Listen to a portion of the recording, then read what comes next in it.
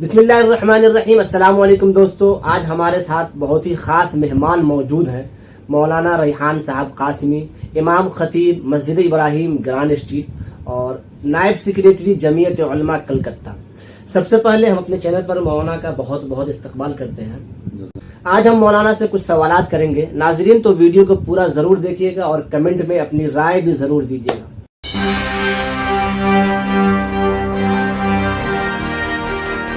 تو مولانا سب سے پہلا سوال آپ سے یہ ہے کہ آج کی تاریخ میں عصری علوم کی کیا اہمیت ہے اور یہ ہم مسلمانوں کے لیے کتنا ضروری ہے؟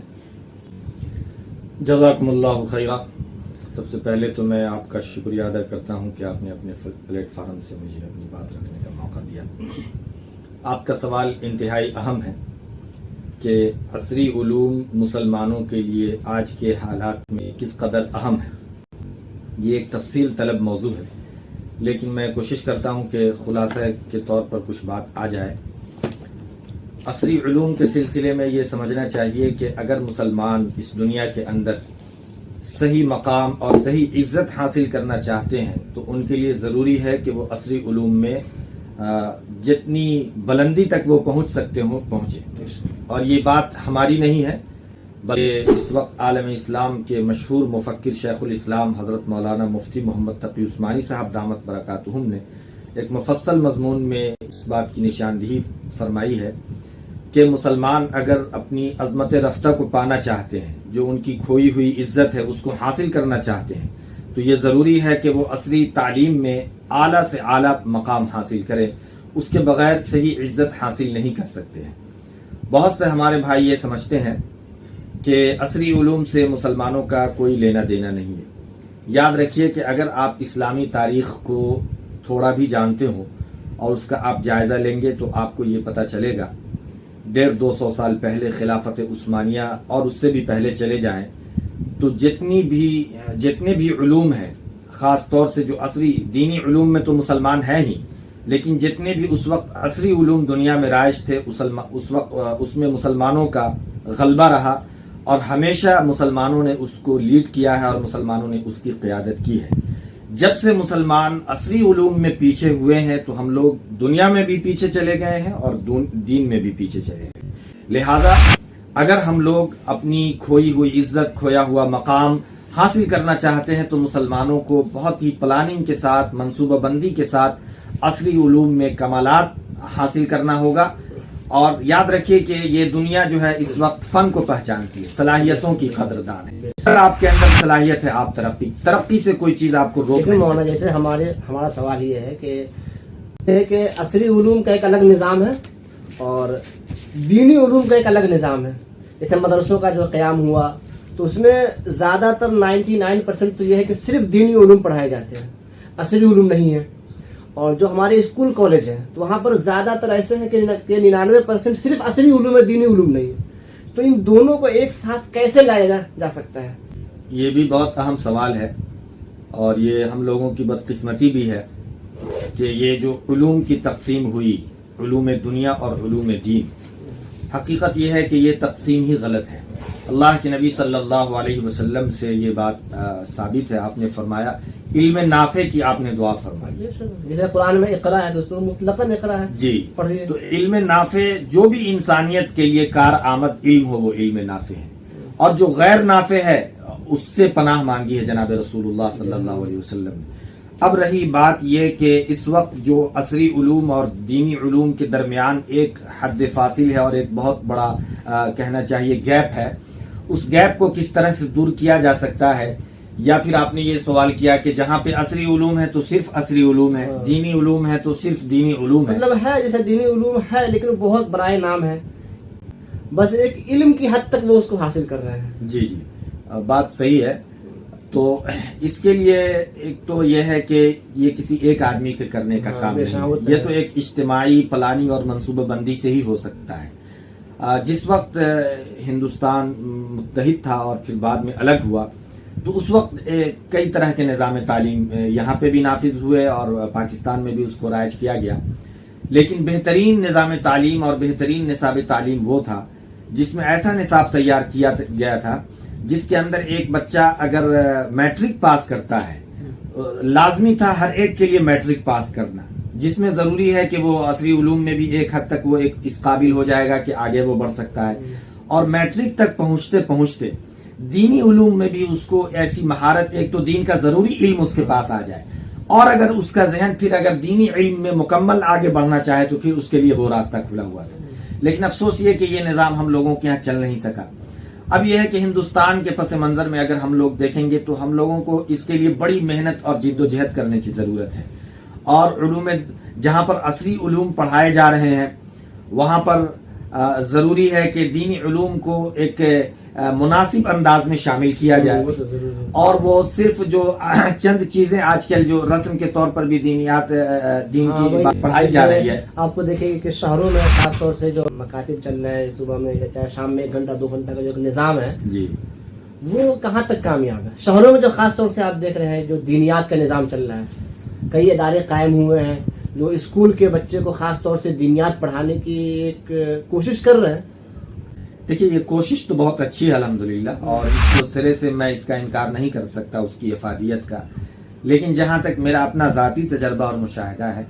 کہ یہ بہت کامیاب نظام نہیں ہے۔ اس کی وجہ کیا ہے؟ اس کی وجہ یہ ہے کہ خاص طور سے جس دینیات کا آپ نے حوالہ دیا، اور جو شہروں میں تقریباً ہم لوگ جس شہر میں کلکتہ میں ہے، اور میرا ممبئی بھی جانا ہوا، دلی بھی جانا ہوا، تقریباً تمام شہروں میں یہ نظام پھیلا ہوا ہے، تو اس میں یہ دیکھ رہا ہوں کہ جو دین ہونا چاہیے، جو ضروری ہے، اس پر دھیان کم ہے، اور جو ثانوی درجے کی چیزیں ہیں اس پر دھیان زیادہ ہے۔ یعنی جیسے فارمیٹ جیسے وہاں دینیات میں ایک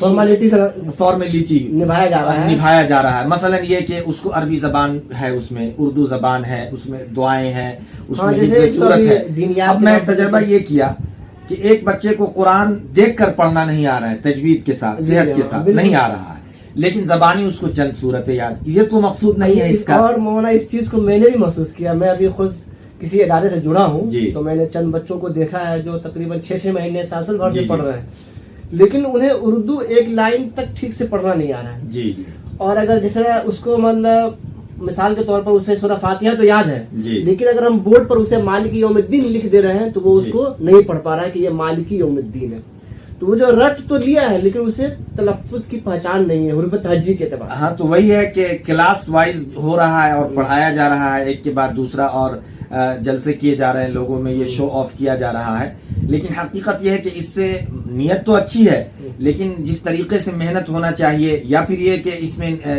یہ جو نصاب ہے دینیات کا، اس میں خلط ملط ہو گیا، نظام میں تبدیلی، کئی مضامین اس میں آ گئے ہیں، جبکہ ہمارے اکابر کا نقطہ نظر، خاص طور سے حضرت تھانوی اور پھر بعد میں حضرت شاہ ابراہیم الحق صاحب رحمۃ اللہ علیہ وغیرہ کا نقطہ نظر اس سلسلے میں یہ تھا کہ قرآن پاک کو تجوید کے ساتھ پڑھانا یہ اصل بنیاد ہے، نمبر 1۔ نمبر 2،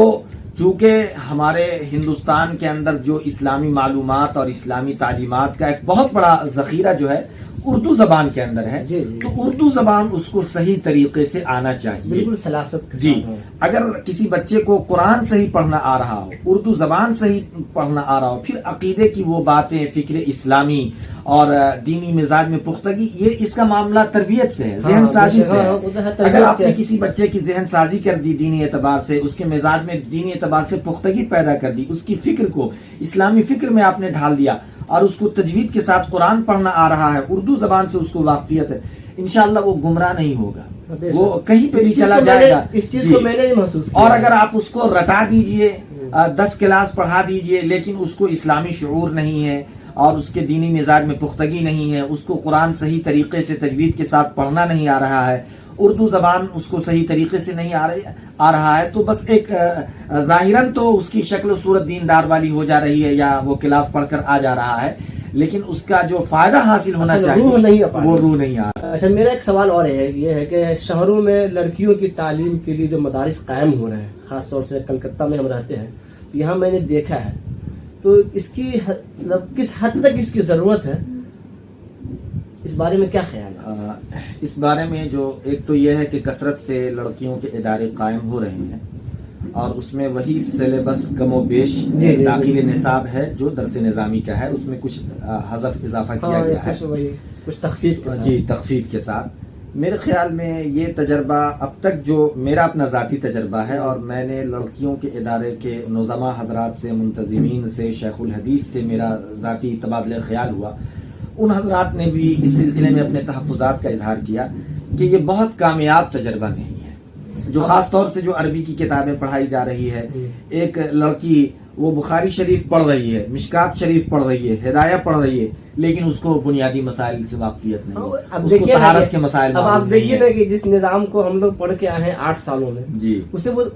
اس چیز کو وہ 3 سال میں کیسے پڑھا سکتے ہیں؟ جی جی جی، نور الانوار ہے، قدوری ہے، ہدایہ ہے، جی، شرح وقایہ ہے، اتنی بہت جامع کتاب ہے اور اتنی تقریباً بہت ہی مطلب کہ ایک مشکل کتابیں جی بھی جی، ہیں، اسلامی اتنی قوانین آسانی ہیں، سے جی۔ اس کو کیسے پڑھایا جا سکتا ہے لڑکیوں کو؟ ہاں، اس لیے اس اتنی کم سلسلے میں مدت جو ہے